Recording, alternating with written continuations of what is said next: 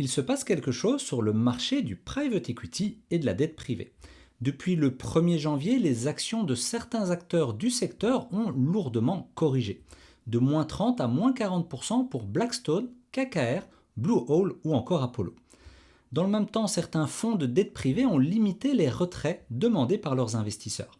Ça remet brutalement dans l'actualité des solutions d'investissement qu'on a beaucoup présentées ces dernières années comme plus performantes, moins risquées et décorrélées des marchés cotés. Le discours commercial est simple, les marchés privés c'est plus de performance, moins de risques et moins de volatilité. Mais est-ce vraiment le cas? Petit rappel rapide, le private equity c'est investir via des fonds spécialisés dans des actions de sociétés non cotées en bourse. La dette privée c'est la même chose, sauf qu'au lieu d'acheter des actions, on fait des prêts à des sociétés non cotées en bourse. Je vous ai déjà alerté à ce sujet, de nombreux influenceurs aiment présenter les marchés privés comme une classe d'actifs à part, presque magique. Mais en réalité, elle ne l'est pas. Investir en private equity et en dette privée, c'est investir en actions et en obligations, comme celles que vous pouvez acheter en bourse, à une différence près, elles ne sont pas cotées en bourse. Mais cela n'enlève pas le fait que ce sont fondamentalement des actions et des obligations. Et donc que le niveau de risque et de rendement attendu sur ces actifs doit être globalement en ligne avec celui des actions et des obligations cotées. La différence, c'est surtout la liquidité, la transparence et la manière dont on valorise ces actifs. Ce qui se passe aujourd'hui n'est pas neutre. On parle de tension sur un marché qui a énormément grossi ces dernières années. Et le sujet ne concerne pas des petits fonds isolés. Quand Deutsche Bank signale près de 26 milliards d'euros d'exposition à la dette privée dans son rapport annuel, on comprend qu'on ne parle pas d'un marché marginal. Et quand on ajoute le fait que les banques américaines ont prêté environ 300 milliards de dollars aux acteurs de la dette privée aux États-Unis, on comprend que ces marchés sont désormais profondément interconnectés avec le système financier. Concrètement, cela signifie que des banques financent des fonds de dette privée qui prêtent ensuite eux-mêmes cet argent à des entreprises non cotées. En gros, c'est de l'effet de levier de 300 milliards de dollars sur de la dette privée. Voilà pour l'ampleur du sujet et l'interconnexion entre système bancaire et marché de la dette privée. À vrai dire, ça rappelle un peu la crise des subprimes de 2008 et l'empilement de couches de dette qui amènent les investisseurs à ne plus tout à fait comprendre à quoi ils sont réellement exposés. Sans dire que l'on revit ici les prémices de la crise de 2008, ça nous rappelle au moins une leçon issue de cette période.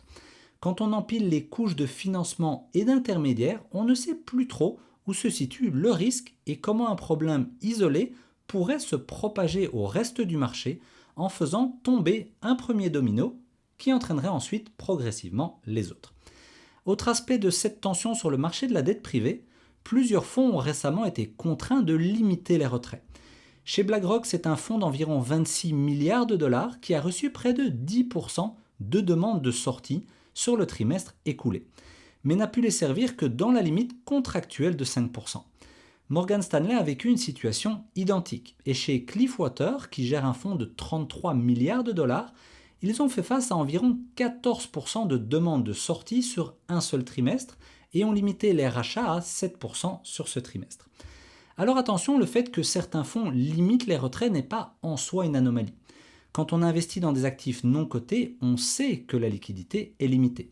Ce n'est donc pas le cœur du sujet. Le vrai sujet, c'est plutôt qu'on a vendu aux investisseurs, et particulièrement aux investisseurs particuliers, une image trop confortable de ces placements.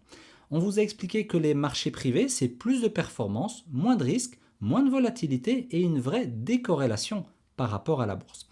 Mais ce genre de promesses en finance mérite toujours d'être regardé de très près. Ça rejoint d'ailleurs parfaitement ce que j'expliquais déjà dans mes 3 vidéos de l'année dernière, entièrement consacrées au private equity.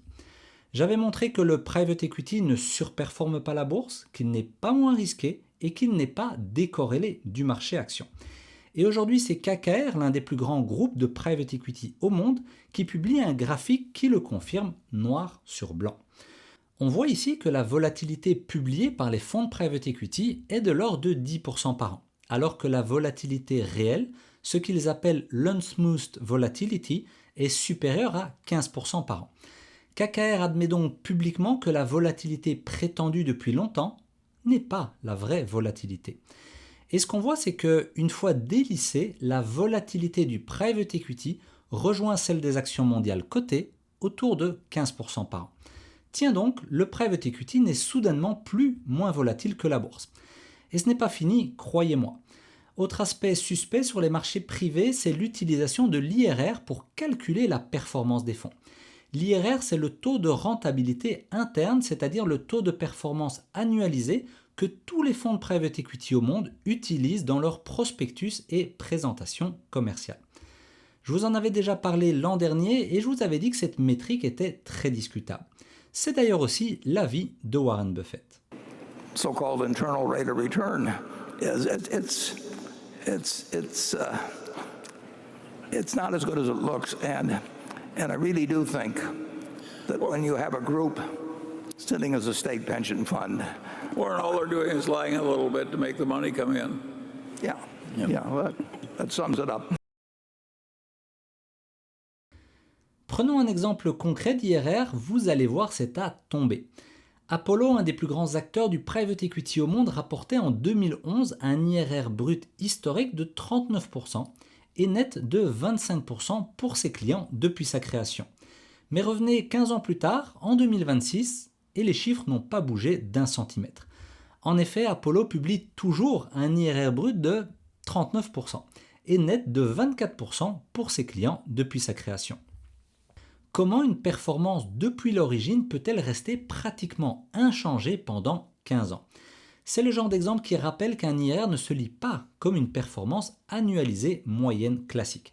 Ce n'est pas le rendement moyen annuel d'un ETF ou d'un fonds traditionnel qu'on pourrait lire naïvement en se disant « Très bien, j'ai gagné 24 ou 25% par an ». Dans une publication récente, Ludovic Phalippou, professeur de private equity à Oxford, que j'avais eu le plaisir d'interviewer l'an dernier sur la chaîne, pousse la démonstration à l'extrême. Si Apollo avait vraiment généré un IRR de 39% pour ses clients depuis sa création, alors les 200 millions de dollars qu'Apollo gérait à sa création en 1990 devraient aujourd'hui être devenus, attention, roulement de tambour, 28 000 milliards de dollars. 28 000 milliards de dollars, c'est le PIB des États-Unis. On voit évidemment bien que c'est grotesque. Et c'est justement pour ça que l'exemple est si fort. Apollo ne peut pas avoir généré 39% par an de performance depuis 36 ans. C'est impossible. D'ailleurs, en 2026, ils ne gèrent que 900 milliards de dollars pour leurs clients, soit à peine 3% des 28 000 milliards de dollars qu'ils devraient avoir accumulés selon leurs propres chiffres. On le voit, ça ne tient pas. Ces IRR publiés sont fantaisistes. La situation actuelle ne prouve pas que le private equity ou la dette privée serait mauvais par nature.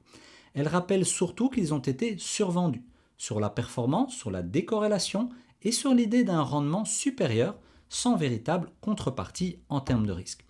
Or, ces contreparties existent. Moins de liquidité, moins de transparence et parfois davantage de leviers qu'on ne le croit ou qu'on ne le voit.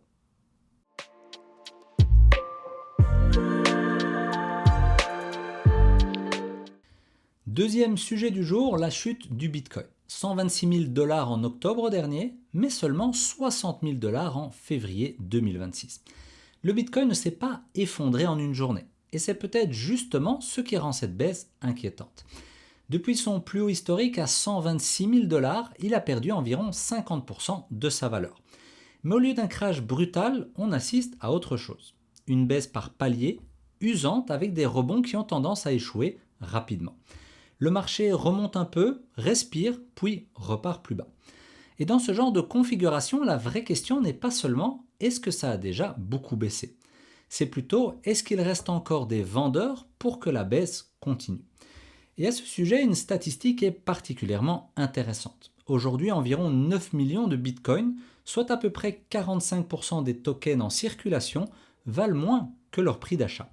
Autrement dit, près d'un bitcoin sur deux est aujourd'hui détenu à perte. Et ça, ce n'est pas juste une statistique de plus, parce qu'un marché dans lequel presque un détenteur sur deux est sous l'eau, ce n'est pas un marché qui est neutre psychologiquement. Cela ne veut pas dire que tous ces porteurs souhaitent se défaire de leur bitcoin, mais cela crée au minimum un réservoir de vendeurs potentiels sur rebond. C'est précisément pour ça que les rebonds deviennent fragiles. quand un actif chute, puis remonte un peu, il peut se passer deux choses. Soit le rebond attire de nouveaux acheteurs qui se disent « le pire est passé, j'y retourne », soit le rebond attire surtout des vendeurs qui se disent « parfait, ça n'arrête pas de baisser, maintenant je sors, je récupère des liquidités et je limite mes pertes ». Pour l'instant, il semble que les rebonds rencontrent surtout des vendeurs qui profitent du moindre mieux pour alléger leur position et réduire leurs pertes. Résultat, chaque rebond bute rapidement sur une nouvelle vague de vendeurs. Et le rebond s'essouffle à chaque fois. C'est exactement ce qui rend une baisse en palier parfois plus corrosive qu'un gros crash. Parce qu'un gros crash, ça fait peur d'un coup, ça vide le marché, ça force une capitulation. Jusqu'à présent, ici, on est plutôt sur une baisse à l'usure qui peut durer. Autre élément important, les ventes à perte s'enchaînent. Sur les 22 premiers jours de février, il y a eu 19 journées où les ventes à perte ont dominé les ventes en profit. Ça veut dire que la majorité des vendeurs en février ont vendu à perte. Et ça, psychologiquement, ça laisse des marques. Là encore, le point important n'est pas juste statistique, c'est comportemental. Quand un marché passe l'essentiel de son temps à enregistrer des ventes à perte, il casse au moins momentanément sa propre capacité à repartir. Un marché monte quand il y a plus de gens pressés d'acheter que de gens pressés de vendre. Ensuite, il y a un autre point important qu'on oublie souvent quand on parle du Bitcoin. Ce qui l'a poussé à la hausse ne le soutient plus. Pendant la montée vers les sommets, plusieurs moteurs se renforçaient mutuellement. Les flux entrant dans les nouveaux ETF Bitcoin, le levier, et aussi une narration très puissante, celle d'un Bitcoin devenu plus institutionnel, presque plus mature, que les gros poissons commencent à intégrer à leur portefeuille. Le problème, c'est qu'une narration de marché tient jusqu'à ce qu'elle ne tienne plus. Et aujourd'hui, plusieurs de ces moteurs semblent s'être retournés. Depuis le début de l'année, on observe environ 3 milliards de dollars de sorties nettes sur les ETF Bitcoin. Pendant la hausse, beaucoup ont vu dans les ETF Bitcoin un facteur de stabilisation du marché. Mais une base d'investisseurs plus large n'est pas forcément une base d'investisseurs plus solide. Ceux qui achètent via un ETF ne sont souvent pas les vrais fans de Bitcoin. Vous savez, ceux qui garderaient leur position quoi qu'il arrive par conviction. Ici, ce sont sans doute plutôt des investisseurs plus pragmatiques et plus prompts à vendre à la moindre insatisfaction. À ce stade, la question devient simple. Qu'est-ce qui pourrait inverser la dynamique en cours ? Parce qu'au fond, un marché baissier ne s'arrête pas juste parce qu'il a déjà beaucoup baissé. Il s'arrête quand il retrouve un vrai moteur. Et pour l'instant, on ne voit pas clairement où est ce moteur. Il pourrait venir de la macro, il pourrait venir d'un changement de ton sur les taux ou sur la liquidité, il pourrait venir d'une régulation perçue comme favorable, d'un retour massif des flux ou encore d'une nouvelle narration forte. Mais tant que ce catalyseur n'est pas là, le marché restera coincé. Donc, le Bitcoin peut-il encore baisser ? La réponse évidente, c'est oui, bien sûr. Parce qu'il y a encore beaucoup de gens en perte, beaucoup de gens qui cherchent une sortie et qui n'ont pas encore de catalyseur clair capable de renverser leur psychologie. Et c'est là, à mon sens, l'erreur classique de beaucoup d'investisseurs. Ils regardent uniquement le pourcentage de baisse. Ils se disent moins 50%, ça a déjà beaucoup corrigé. Mais un actif ne devient pas automatiquement attractif parce qu'il a déjà chuté. Il peut rester baissier longtemps si la structure de marché reste mauvaise. Sur le marché des actions, on a plein d'exemples. Aux États-Unis, GoPro, Zoom ou Beyond Meat. En France, Casino, Orpea ou Téléperformance. En Belgique, Nirstar ou Proximus. Ce sont des titres qui se sont effondrés et ne remonteront peut-être jamais. La leçon à retenir de la situation actuelle sur le Bitcoin est assez simple. Un marché ne repart pas simplement parce qu'il a déjà beaucoup baissé. Il repart quand les vendeurs sont épuisés et qu'un vrai moteur de demande apparaît. Voilà pour aujourd'hui, je vous retrouve avec plaisir dans 15 jours pour une vidéo qui sortira de l'ordinaire, que j'ai hâte de publier sur la chaîne et qui devrait grandement vous intéresser et vous surprendre.